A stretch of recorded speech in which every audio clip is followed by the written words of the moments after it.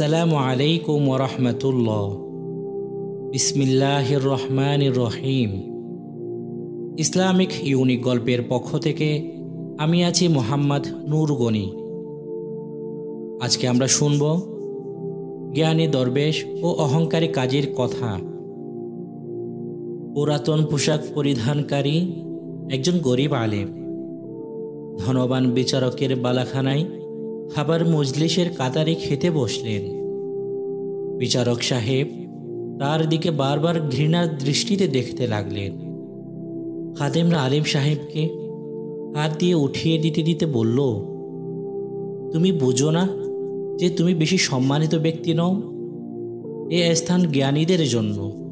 তুমি নিচে নেমে বসো অথবা এ স্থান থেকে চলে যাও। ধনী লোকদের স্থানে বসার দৃষ্টান্ত করো না। প্রত্যেকেই বড় জ্ঞানী হতে পারে না।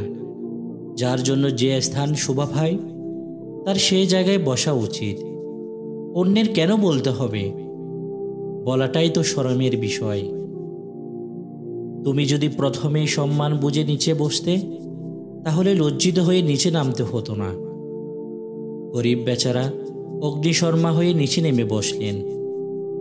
তখন মজলিসে আলেমদের মধ্যে তর্ক বিতর্ক শুরু হয়ে গেল। কেউ কেউ বললেন, এরকম করা ঠিক হয়নি, এটা কিছুতেই নেই, হতে পারে না। এভাবে পরস্পরের মধ্যে ঝগড়া শুরু হয়ে গেল। বলতে গেলে একরকম মুরগের যুদ্ধের মতো চঙ্গল দিয়ে মারামারি শুরু করে দিলেন। একজনের আগে পাগলের মতো হয়ে বের হয়ে মাটিতে হাত মারতে শুরু করলেন। অন্য একজনে যুক্তিতর্কে মারাত্মক চাপের মধ্যে পড়ে গেলেন। তা সমাধান করার কোনো পথ পেলেন না।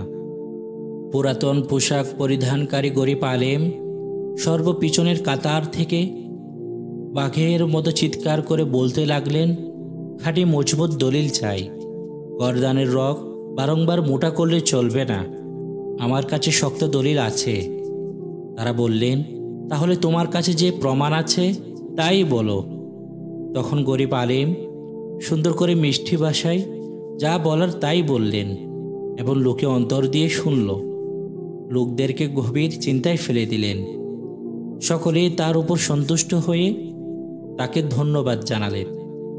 কথা ওই পর্যন্ত গিয়ে থামল। কাজী সাহেব গাধায় রূপান্তরিত হয়ে কাদা মাটির মধ্যে পড়ে রইলেন।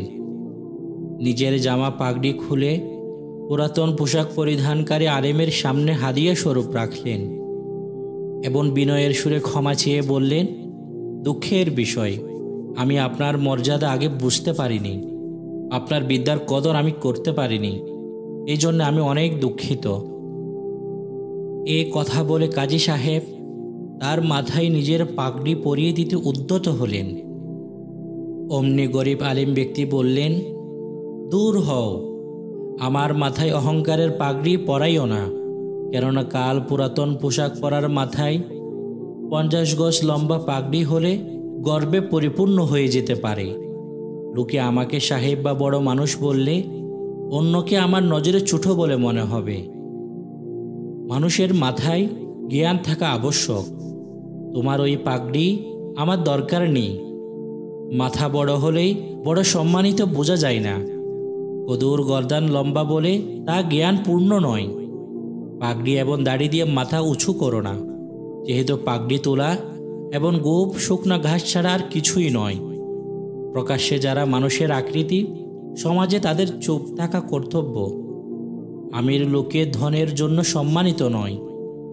গাধার গলায় স্বর্ণের হার দিলেও গাধা থাকবে। এভাবে চালাক ব্যক্তি কথা বললেন যাতে অন্তরের হিংসা সব ধূত হয়ে যায়। অবশেষে কাজী সাহেব সভা থেকে লজ্জিত হয়ে উঠে গেলেন। তাকে আর কেউ দেখল না। সবার বুজুর্গ লোকেরা গোলমাল শুরু করে দিলেন, এমন সাহসী ব্যক্তি কোথা থেকে আসলো? আমরা যতদূর জানি এর মতো লোক আর কেউ নেই। শুধু কবি শেখ সাদী রহমতুল্লাহ আলাই তিনি একমাত্র ব্যক্তি আছেন। সকলেই তার জন্য ধন্যবাদ জ্ঞাপন করলেন। কবি আল্লামা শেখ সাদী রহমতুল্লাহ আলাই আমাদেরকে উপদেশ দিয়ে বলেন, মিষ্টি শরবত প্রতিটি লোকই পৃথক করতে পারে, পাত্র বিশেষে তফাৎ হয় না। মাটির গ্লাসে হোক আর স্বর্ণের পেয়ালাই থাকুক, সব সময় একই রকম মিষ্টি থাকবে।